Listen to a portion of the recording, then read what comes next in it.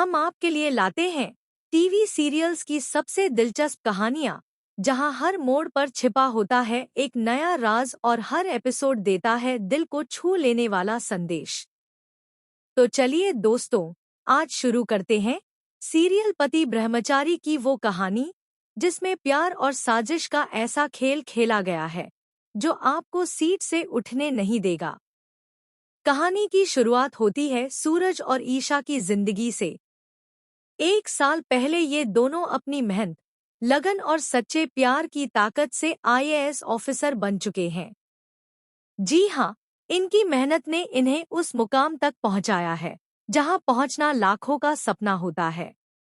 हर मुश्किल इन दोनों के सामने आई, कभी जीजाजी की ड्रग्स साजिश, कभी दायमा की जलन, लेकिन हर बार सूरज और ईशा ने कंधे से कंधा मिलाकर लड़ाई लड़ी और जीत हासिल की।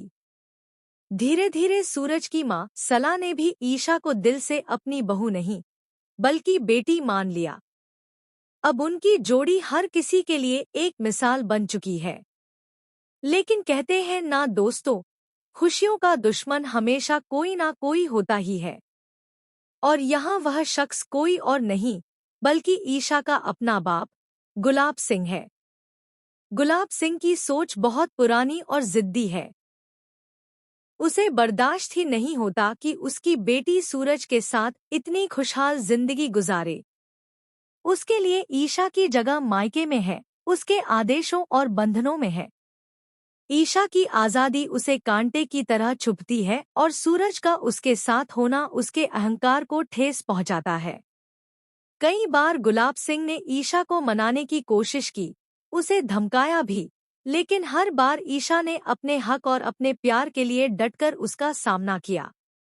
अब गुलाब सिंह के पास सिर्फ एक ही रास्ता बचा था। अगर सूरज ही उसकी बेटी की जिंदगी से गायब हो जाए तो मजबूर होकर ईशा उसके पास लौट आएगी। यही सोचकर वह एक खतरनाक खेल खेलता है। वह अपने गुंडों को बुलाता है और सूरज के अपहरण की साजिश रचता है। रात का समय होता है, सड़कें सुनसान और अंधेरे से घिरी हुई। सूरज अपने ऑफिस से घर लौट रहा होता है, तभी अचानक उस पर हमला होता है। गुंडे उसका मुंह ढक लेते हैं और उसे जबरदस्ती एक वैन में डालकर एक सुनसान गोदाम में ले जाते हैं। सूरज पूरी ताकत से चिल्लाता है, कौन हो तुम लोग?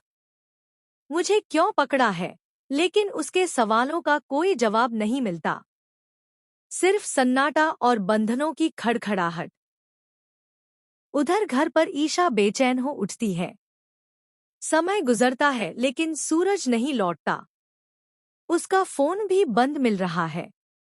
ईशा घबराई हुई अपनी सास सला से कहती है, ताई माँ, सूरज ने मुझे फोन पर कहा था कि वह जल्दी घर आ जाएंगे, लेकिन अब तक नहीं आए और फोन भी बंद है। सला भी कांप उठती है, नहीं, मेरे बेटे को कुछ नहीं हो सकता, हमें उसे ढूंढना होगा। आईएएस ऑफिसर होने के बावजूद ईशा का दिल इस वक्त सिर्फ एक पत्नी की तरह धड़क रहा था। लेकिन उसने हिम्मत नहीं हारी। उसने अपने दिमाग और ट्रेनिंग दोनों का इस्तेमाल करना शुरू किया। सूरज के ऑफिस के पास पूछताछ करते हुए उसे एक ऑटो ड्राइवर से पता चलता है कि कुछ गुंडों ने एक शख्स को जबरदस्ती वैन में डालते हुए देखा था। धीरे धीरे शक का धागा साजिश की तरफ जाने लगता है, लेकिन अभी ईशा को नहीं पता कि इस साजिश के पीछे उसका अपना पिता है। मजबूरी में वह गुलाब सिंह के पास मदद मांगने पहुंचती है। उसकी आंखों में आंसू और आवाज में बेपसी थी। पापा, आपके शहर में बहुत पहुंच है, कृपया सूरज को ढूंढने में मेरी मदद कीजिए।